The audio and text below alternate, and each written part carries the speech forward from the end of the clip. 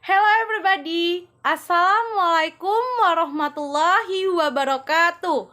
Perkenalkan, nama saya Ike Dianisari dengan nomor NPM 2011060236.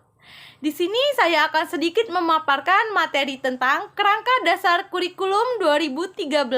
Sebagai tugas UTS, mata kuliah telaah kurikulum biologi dengan dosen pengampu Ibu Aryani Dwi Kusumawardani, MPD. Pertama, apa sih kerangka dasar itu?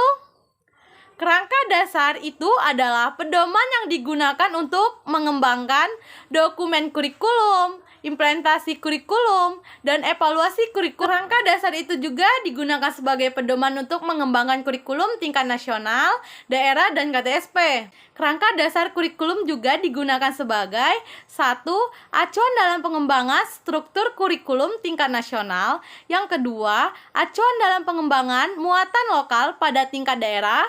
Dan yang ketiga, panduan dalam pengembangan kurikulum tingkat satuan pendidikan. Selanjutnya di sini ada landasan kurikulum 2013. Kurikulum 2013 dikembangkan berdasarkan ketentuan yuridis yang mewajibkan adanya pengembangan kurikulum baru, landasan filosofis, dan landasan empiris. Landasan yuridis merupakan ketentuan hukum yang dijadikan dasar untuk pengembangan kurikulum dan yang mengharuskan adanya pengembangan kurikulum baru. Landasan filosofis adalah landasan pengarahan kurikulum kepada manusia apa yang akan dihasilkan kurikulum. Landasan teoritis memberikan arahan berdasarkan pelaksanaan kurikulum yang sedang berlaku di lapangan. Selanjutnya ada karakteristik kurikulum 2013. Kurikulum 2013 adalah kurikulum berbasis kompetensi. Kurikulum berbasis kompetensi adalah outcomes basic kurikulum. Dan oleh karena itu, pengembangan kurikulum diarahkan pada pencapaian kompetensi yang dirumuskan dari SKL. Demikian pula penilaian hasil belajar dan hasil kurikulum diukur dari pencapaian kompetensi. Keberhasilan kurikulum diartikan pencapaian kompetensi yang direncanakan dalam dokumen kurikulum oleh seluruh peserta didik. Kompetensi untuk kurikulum 2013 dirancang sebagai berikut. 1.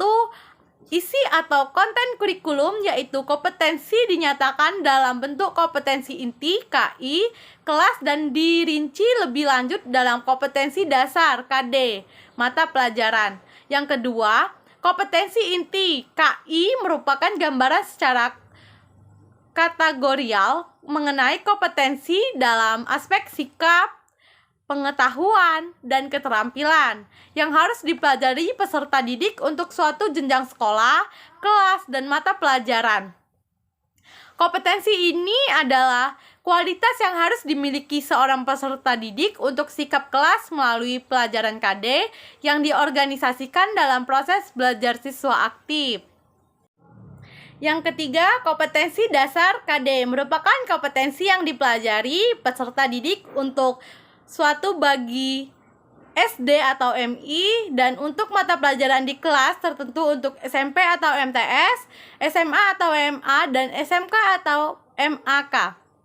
Yang keempat, kompetensi inti dan kompetensi dasar di jenjang pendidikan dasar diutamakan pada ranah sikap, sedangkan pada jenjang menengah pada kemampuan intelektual.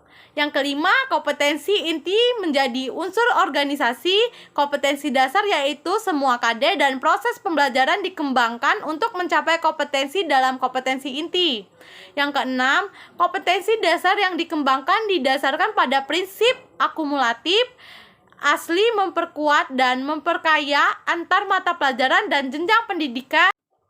3. Kompetensi dasar KD merupakan kompetensi yang dipelajari peserta didik untuk suatu bagi SD atau MI dan untuk mata pelajaran di kelas tertentu untuk SMP atau MTS, SMA atau MA, dan SMK atau MAK. Yang keempat, kompetensi inti dan kompetensi dasar di jenjang pendidikan dasar diutamakan pada ranah sikap, sedangkan pada jenjang menengah atas kemampuan intelektual. Yang kelima, kompetensi inti menjadi unsur organisasi. 5. Kompetensi inti menjadi unsur organisatoris. Kompetensi dasar yaitu semua KD dan proses pembelajaran dikembangkan untuk mencapai kompetensi dalam kompetensi inti. Yang ke-6, kompetensi dasar yang dikembangkan didasarkan pada prinsip akumulatif, saling memperkuat dan memperkaya antar mata pelajaran dan jenjang pendidikan. Yang ke-7, silabus dikembangkan sebagai rencana belajar untuk suatu tema, SD atau MI, atau suatu kelas dan suatu mata pelajaran, SMP atau MTS, SMA atau MA, dan SMK atau MAK. Dalam silabus tercantum seluruh KD untuk tema atau mata pelajaran di kelas tertentu. Yang ke-8, rencana pelaksanaan pembelajaran dikembangkan dari sikap KD yang untuk mata pelajaran dan kelas tersebut. Proses pembelajaran kurikulum 2013 terdiri atas pembelajaran intrakurikuler dan ekstrakurikuler. 1. Pembelajaran intrakurikuler didasarkan pada prinsip berikut. A. Proses pembelajaran intrakurikuler adalah proses pembelajaran yang berkenaan dengan mata pelajaran dan struktur kurikulum dan dilakukan di kelas, sekolah, dan masyarakat. Yang B. Proses pembelajaran di SD atau MI berdasarkan tema, sedangkan di SMP atau MTS, SMA atau MA, dan SMK atau MAK berdasarkan rencana pelaksanaan pembelajaran yang dikembangkan guru. C. Proses pembelajaran didasarkan atas prinsip pembelajaran siswa aktif dan menguasai kompetensi dasar dan kompetensi inti pada tingkat yang menguasai. Yang D. Proses pembelajaran dikembangkan atas dasar karakteristik konten kompetensi, yaitu pengetahuan yang merupakan konten yang bersifat misteri dan diajarkan secara langsung. Keterampilan kognitif dan psikomotorik adalah konten yang bersifat developmental yang dapat dilatih dan diajarkan secara langsung. Sedangkan sikap adalah konten developmental dan dikembangkan melalui proses pendidikan yang tidak langsung. Yang E. Pembelajaran kompetensi untuk konten yang bersifat developmental dilaksanakan berkesinambung antara satu pertemuan dengan pertemuan lain dan saling memperkuat antara satu mata pelajaran dengan mata pelajaran lain. Yang F. Proses pembelajaran tidak langsung terjadi pada setiap kegiatan belajar yang terjadi di kelas, sekolah, rumah, dan masyarakat. Yang G. Proses pembelajaran dikembangkan atas prinsip pembelajaran siswa aktif. Yang kedua, pembelajaran ekstrakurikuler. Pembelajaran ekstrakurikuler adalah kegiatan yang dilakukan untuk aktivitas yang direncanakan sebagai kegiatan di luar kegiatan pembelajaran terjadwal secara rutin setiap minggu. Kegiatan ekstrakurikuler terdiri atas kegiatan wajib dan pilihan. Misalkan, pramuka adalah kegiatan ekstrakurikuler wajib. Kegiatan ekstrakurikuler adalah bagian yang tidak terpisahkan dalam kurikulum.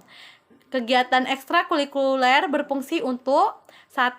Mengembangkan minat peserta didik terhadap kegiatan tertentu yang tidak dapat dilaksanakan melalui pembelajaran kelas biasa. Yang kedua, pengembangan kemampuan yang terutama berfokus pada kepemimpinan, hubungan sosial, dan kemanusiaan, serta keterampilan hidup.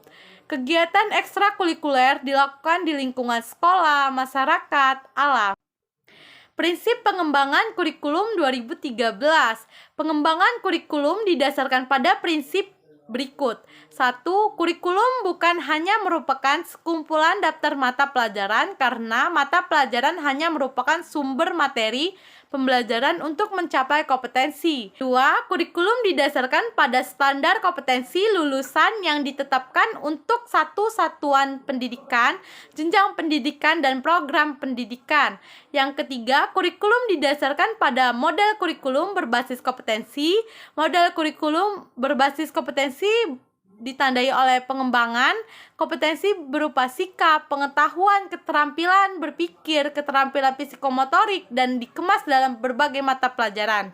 Selanjutnya, kerangka kerja kurikulum. Kerangka kurikulum 2013 disusun berdasarkan analisis kebutuhan masyarakat Indonesia. analisis tujuan pendidikan nasional, analisis kesiapan peserta didik, pengembangan standar kompetensi lulusan baru, kajian terhadap desain kurikulum 2006 yang menjadi dasar dari KTSP, dan Peraturan Menteri Pendidikan Nasional Nomor 22 Tahun 2005 tentang standar isi. Dikembangkanlah kerangka dasar kurikulum yang antara lain mencakup kerangka filosofis, yuridis, dan konseptual. Penetapan struktur kurikulum dirumuskan konseptual penetapan struktur kurikulum.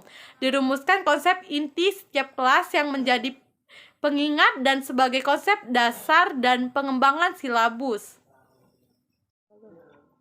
Sekian penjelasan dari saya. Apabila ada kata-kata yang salah dan tidak berkenan, saya mohon maaf. Kepada Allah saya mohon ampun.